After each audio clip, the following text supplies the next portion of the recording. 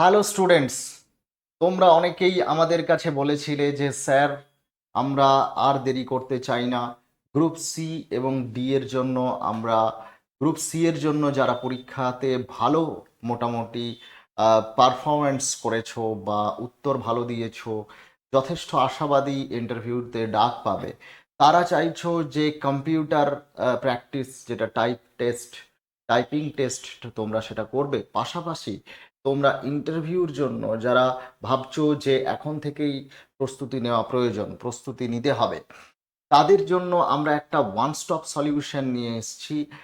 সেই one stop সলিউশনটা সম্পর্কে আমরা একটু বলবো। তারপর আমাদের এই ওয়ান স্টপ সলিউশনের গুরুত্বটা কি, এবং বিশেষ করে যারা তোমরা মোটামুটি একটু প্রোঅ্যাক্টিভ থিঙ্কার, যারা ভাবছো যে যদি আমার নামটা ইন্টারভিউতে চলে আসে তখন তো আমি ইন্টারভিউতে প্রিপারেশনের জন্য বেশি সময় পাবো না, কারণ ভোটের রেজাল্টের পরে পরেই কিন্তু এই রেজাল্ট প্রকাশিত হয়ে যাবে এবং ইন্টারভিউও হয়ে যাবে। কারণ তোমরা জানো যে মহামান্য আদালতের কিন্তু একটা নির্দেশিকা রয়েছে, একটা নির্দিষ্ট সময় বেঁধে দেওয়া রয়েছে, যে সময়ের মধ্যে কিন্তু এই নিয়োগ প্রক্রিয়া সম্পন্ন করতে হবে। তো সেই কথা মাথায় রেখে সময় কিন্তু বেশি পাওয়া যাবে না। তাই আজকে যারা ইন্টারভিউর জন্য প্রস্তুতি, আজকে আমরা রোববার অলরেডি অনেক ছাত্রছাত্রীর ইন্টারভিউ নিলাম এবং আমাদের পুরো টিম, তিনজন ছিলেন বোর্ডে, তারা ইন্টারভিউ নিলেন, পার্থ স্যার নিজেও ছিলেন। তো আমরা মাত্র 499 টাকাতে এমন একটা ইন্টারভিউ ব্যাচ লঞ্চ করেছি ভিএসসি একাডেমির পক্ষ থেকে, যেখানে কিন্তু তোমাদেরকে একটা hard copy interview guide book দেওয়া হবে, তার সঙ্গে 10টা ইন্টারভিউ সেশন প্রোভাইড করা হবে। মাত্র 499 টাকাতে আমরা অলরেডি ব্যাচ শুরু করে দিয়েছি, আজ থেকে আমরা শুরু করলাম। তো স্যার, আমি আজকে আপনার ইন্টারভিউ নেওয়ার পরিপ্রেক্ষিতে এবং এই যে বইটি, আমি স্যারকে অনুরোধ করব, এই বইটি কিরণ পাবলিকেশন থেকে বেরিয়েছে। এটি যারা আলাদাভাবে নেবে ফ্লিপকার্ট বা অ্যামাজনে, তারা মোটামুটি 150 টাকার মধ্যে বইটা পেয়ে যাবে।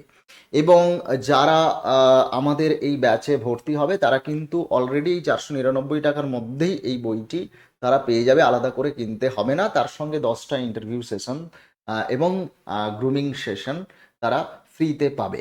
তো স্যার, আপনি যদি একটু, আজকে আপনি অনেক ছাত্রছাত্রীর ইন্টারভিউ নিলেন, সারা দিন ধরে ইন্টারভিউ প্রক্রিয়া চললো, এই ইন্টারভিউ নিতে গিয়ে আপনি কোন কোন জিনিস অবজার্ভ করলেন এবং এই বই কিভাবে ইন্টারভিউর প্রিপারেশনের জন্য সাহায্য করবে ছাত্রছাত্রীদের, এবং আমাদের সেশনগুলো স্টুডেন্টদের কিভাবে তারা উপকৃত হবে, শুধু গ্রুপ সিডি পরীক্ষার জন্য নয়, যারা অন্যান্য চাকরির পরীক্ষার প্রস্তুতি নিচ্ছে তাদের ক্ষেত্রেও কিভাবে ইন্টারভিউর জন্য এই সেশনগুলো হেল্পফুল হবে, সেটা যদি একটু আপনি বলেন। স্যার একদমই প্লিজ, স্যার। আপনাকে আমি বইটা দিচ্ছি, আপনি একটু বলুন আহ, কাইন্ডলি। এই আসলে বইটি আমি প্রসঙ্গত বলে রাখি, এই বইয়ের কিন্তু অথর হচ্ছেন আমাদের স্যার পার্থ স্যার। এবং তো স্যার নিজেও রয়েছেন কিন্তু। আমি আমি আছি, হ্যাঁ, বাট স্যারের একটা অনবদ্য ভূমিকা রয়েছে। তো স্যার দীর্ঘদিন ইন্টারভিউ নিচ্ছেন।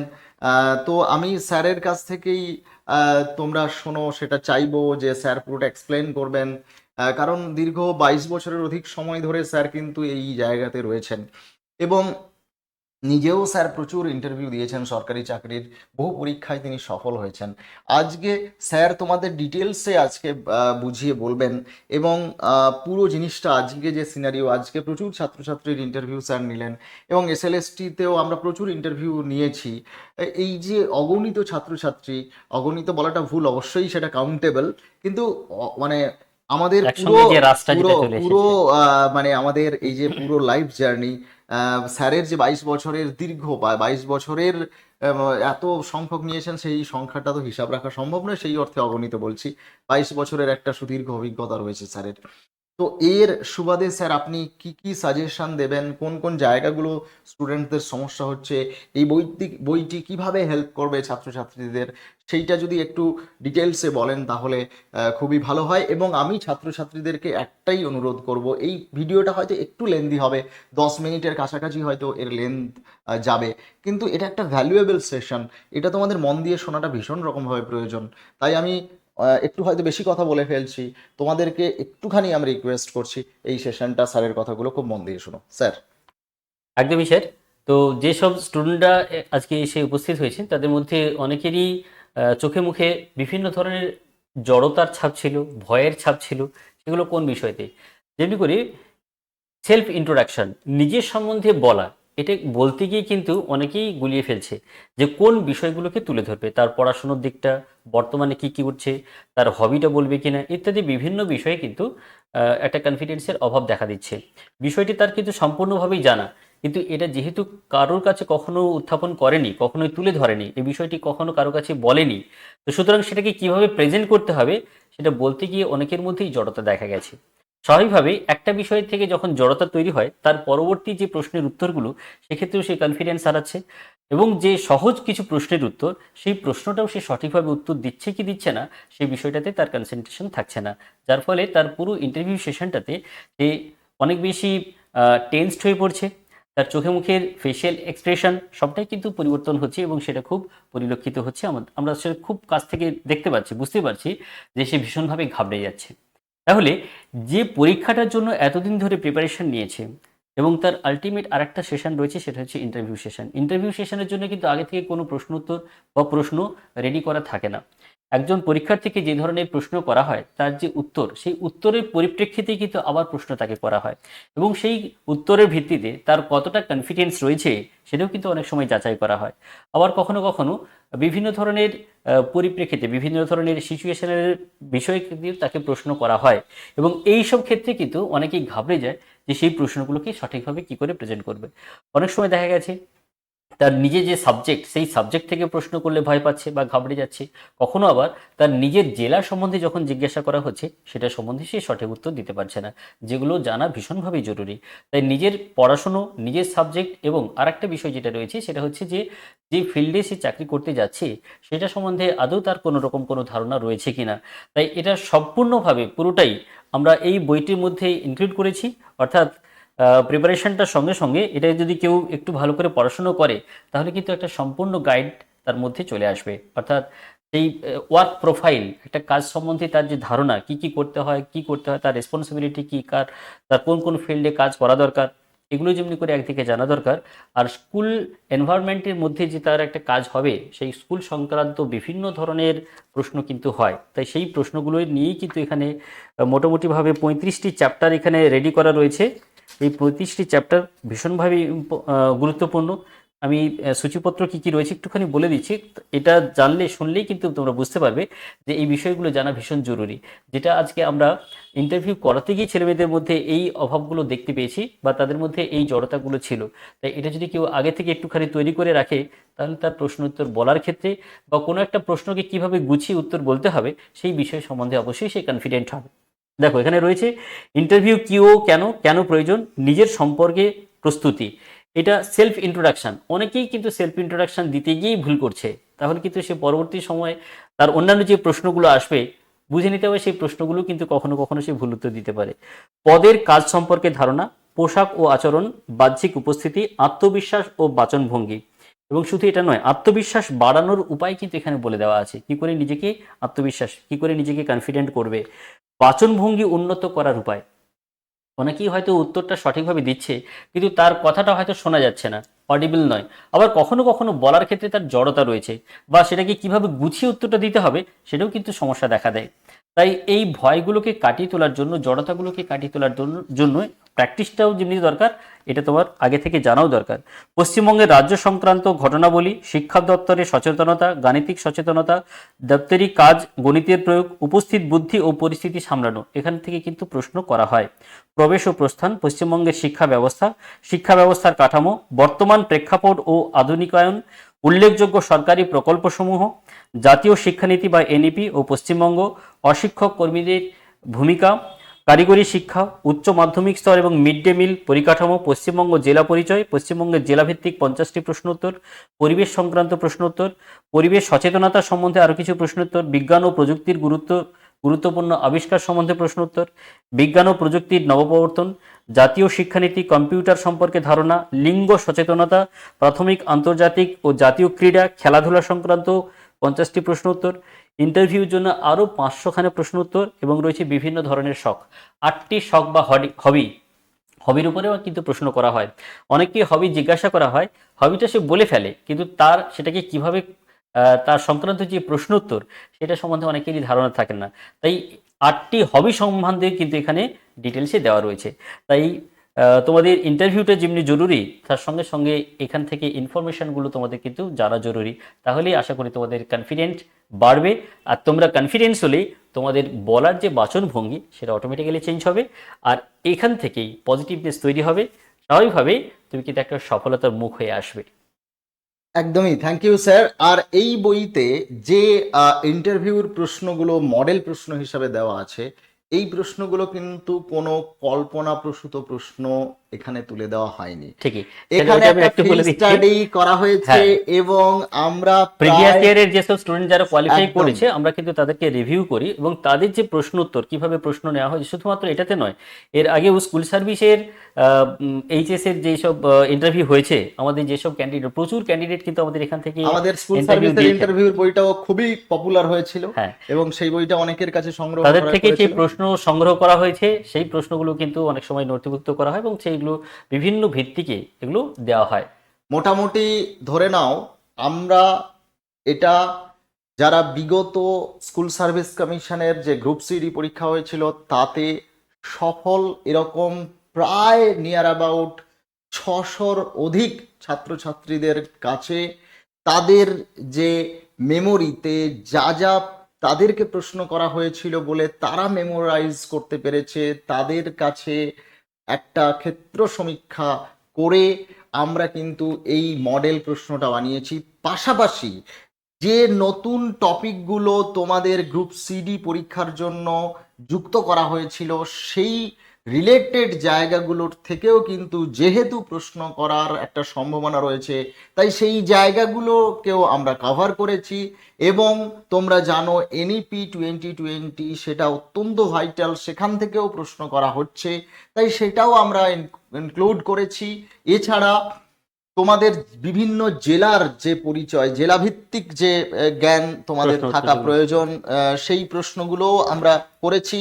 তার সঙ্গে এই বইটার সঙ্গে তোমাদের যদি এই বইটা থাকে বাংলার শিল্প এবং সংস্কৃতি, তাহলে কিন্তু প্রিপারেশন একদম কমপ্লিট হয়ে যাবে। কারণ প্রত্যেকের বিভিন্ন জেলা, সেই জেলার বিভিন্ন বিশেষ বিশেষ তাদের যে শিল্প সংস্কৃতি, বিভিন্ন যে কালচারাল যে পরিচিতি, যে আইডেন্টিটি রয়েছে, সেগুলো তোমাদের সেখান থেকেও প্রশ্ন হয় বিভিন্ন ইন্টারভিউতে। তাই এই দুটো বই, বাংলার শিল্প সংস্কৃতি এবং এই ইন্টারভিউ বই, এই দুটো বই থাকলে আমাদের মনে হয় যে ইন্টারভিউর জন্য তার যে নলেজ প্রফিসিয়েন্সি রিলেটেড যে সমস্ত যে প্যারামিটার এবং সেখান থেকে যে প্রশ্নের উত্তর তোমাদের করতে হবে, সেখানে তোমরা ফুল মার্কস পাবে।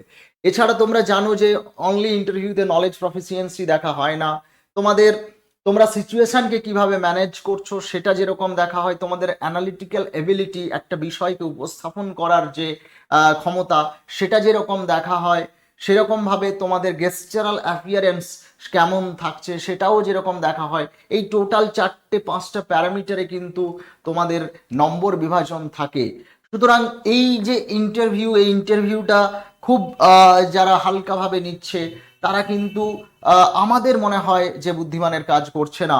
তার কারণ যারা খুব বুদ্ধিমান তারা কিন্তু জানবে যে ইন্টারভিউটা কিন্তু খুব সিরিয়াসলি দিতে হবে। তারা কিন্তু জানে যে ইন্টারভিউটা সিরিয়াসলি দিতে হবে, কারণ তীরে এসে তরি যাতে না ডুবে যায় সেই জন্য সর্বতোভাবে নিজেকে প্রস্তুত রাখা, একদমই। সেটা কিন্তু অত্যন্ত গুরুত্বপূর্ণ।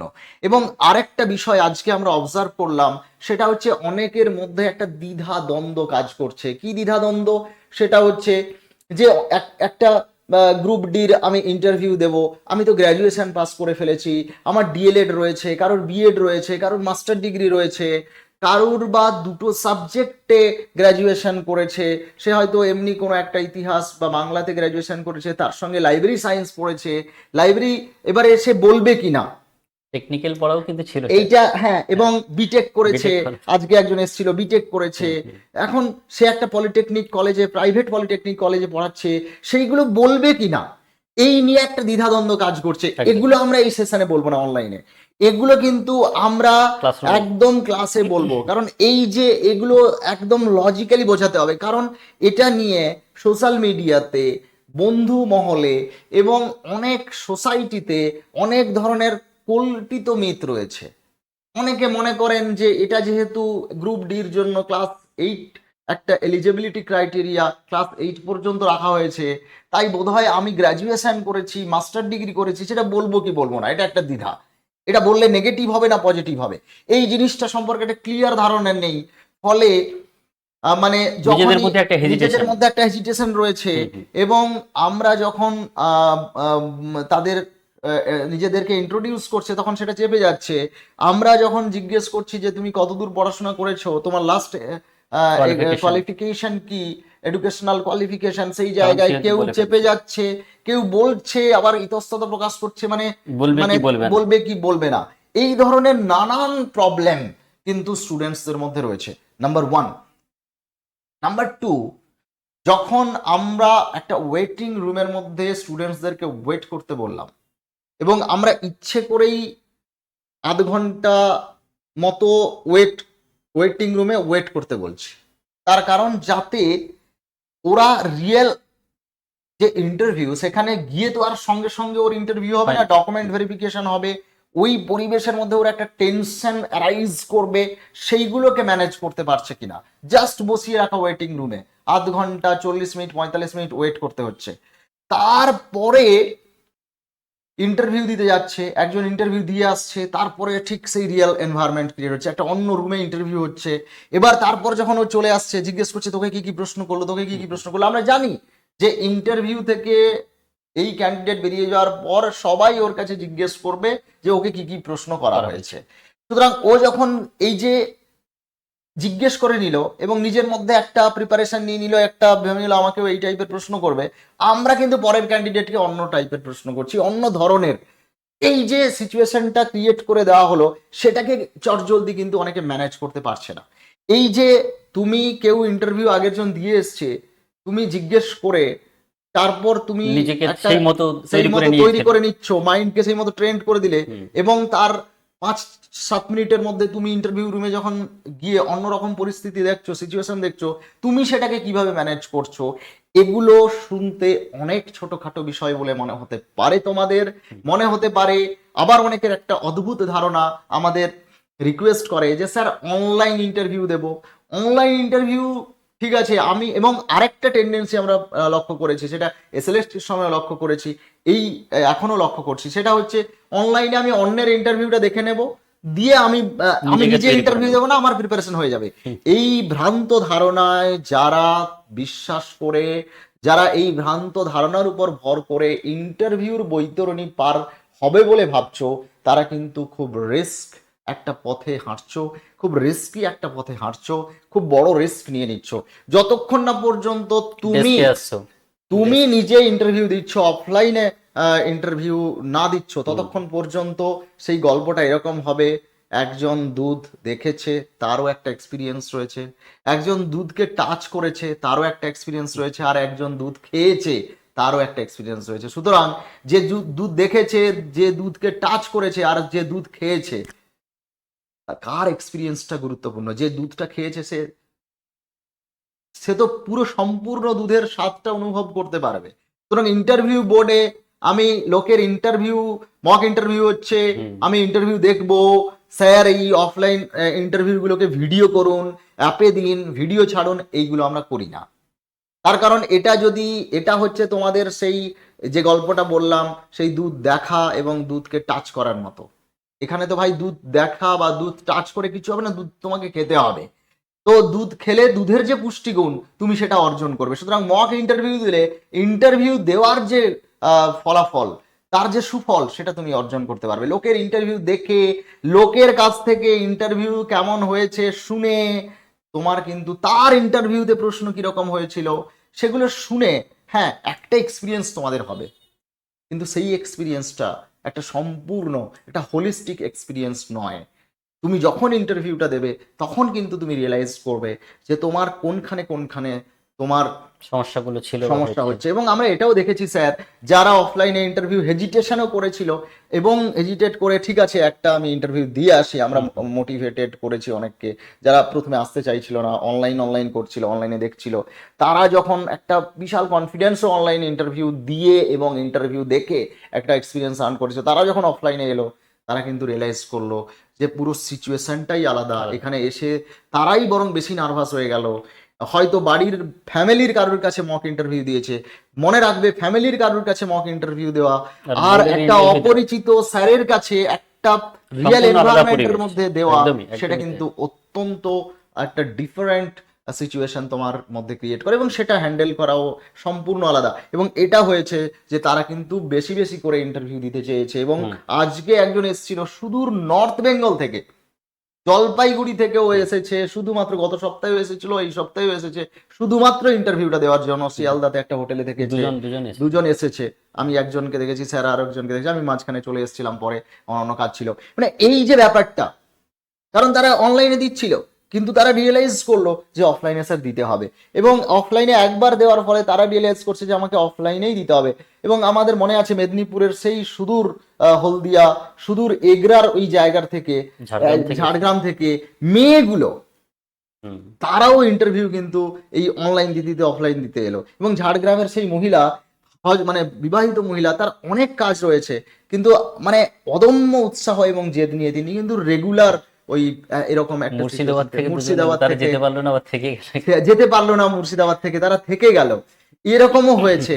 যে সুতরাং যারা অফলাইনে ইন্টারভিউ দিচ্ছেন তারা জানেন যে অফলাইনে ইন্টারভিউ দেওয়ার গুরুত্বটা কত, সেটা নিয়ে নতুন করে বলার কোনো অবকাশ থাকে না।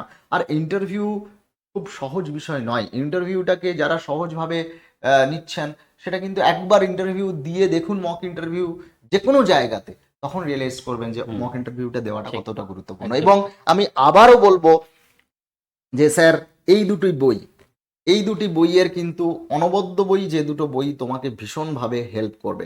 এবার তোমার মনে হতে পারে যে স্যার বলে দিলেন যে গ্রুপ সি গ্রুপ ডি বইতে কি আছে স্পেসিফিক। এবার আমি যদি এই West Bengal art and culture, বাংলার শিল্প সংস্কৃতিতে, দেখো এখানে বাংলার ঐতিহ্যের নানান দিক, সেটার একটা অধ্যায় রয়েছে।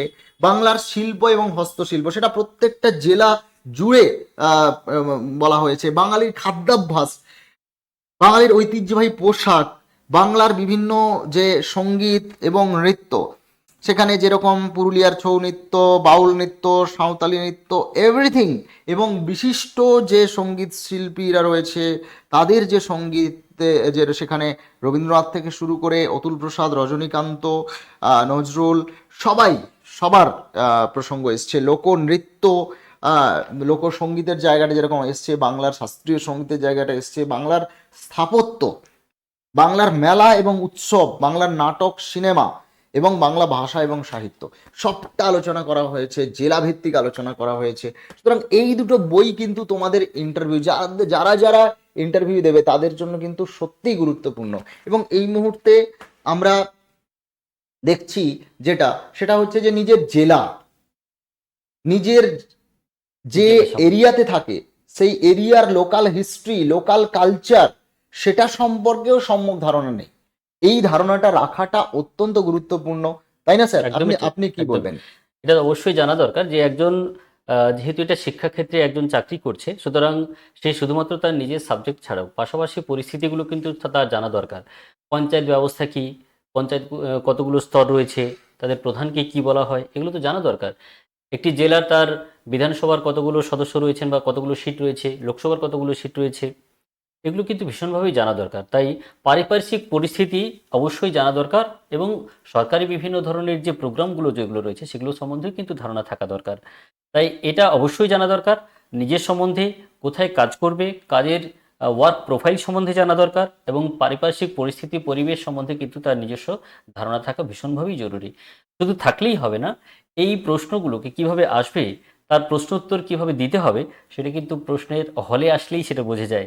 তাই প্রশ্নোত্তরের পর্বে আসতে হলে অবশ্যই আমাদের এই ইন্টারভিউ সেশনগুলোতে তোমাদের যুক্ত হতে হবে। Thank you. আমরা তো অলরেডি শুরু করে দিয়েছি, তোমরাও শুরু করে দাও। যাদের অলরেডি মার্কস মোটামুটি ভালো আছে, যারা আশা রাখছো এবং আর সময় নষ্ট না করে আমাদের মনে হয় যে তোমাদের ইন্টারভিউর প্রস্তুতি নেওয়া উচিত, প্রস্তুতি শুরু করে দেওয়া উচিত। Thank you, all the best. Thank you sir. Thank thank you you sir. তোমাদের সবাইকে। দেখা হচ্ছে আমাদের ইন্টারভিউ সেশনগুলোতে। All the best.